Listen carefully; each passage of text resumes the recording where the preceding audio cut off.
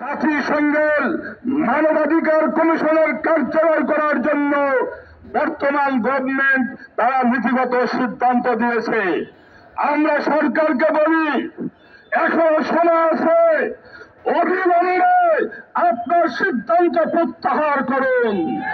বাংলাদেশের জনগণ ঢাকা শহরে, বাংলাদেশের কোন একটি শহরে জাতিসংঘের মানবাধিকার কমিশনের কার্যালয় দেখতে চায় না, বরদাস্ত করা হবে না। যে কোনো মূল্যে এই সিদ্ধান্ত আমরা সরকারকে প্রত্যাহার করতে বাধ্য করব। সর্বশেষ কথা হল, পতন হয়েছে।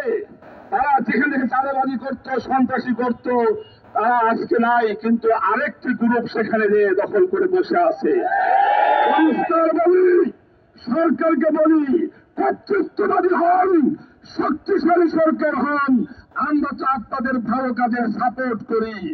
অবশ্যই চাঁদাবাজ সন্ত্রাসবাদের বিরুদ্ধে আপনারা কঠোর অবস্থান নিলে বাংলাদেশ খেলাফত মজলিস এবং এদেশের জনগণ আপনাদের পক্ষে একসাথে কাজ করবে, কাঁধে কাঁধ মিলিয়ে।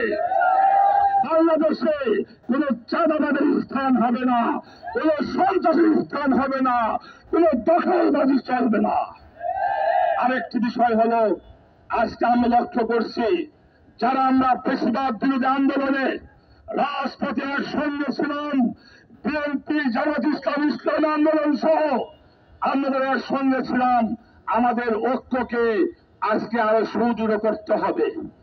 আমরা একে অপরের বিরুদ্ধে কথা বলতে গেলে শালীন ভাষায় কথা বলবো, আমরা সমালোচনা করব, আমরা প্রতিযোগিতা করব, কিন্তু প্রতিহিংসা আমরা করব না।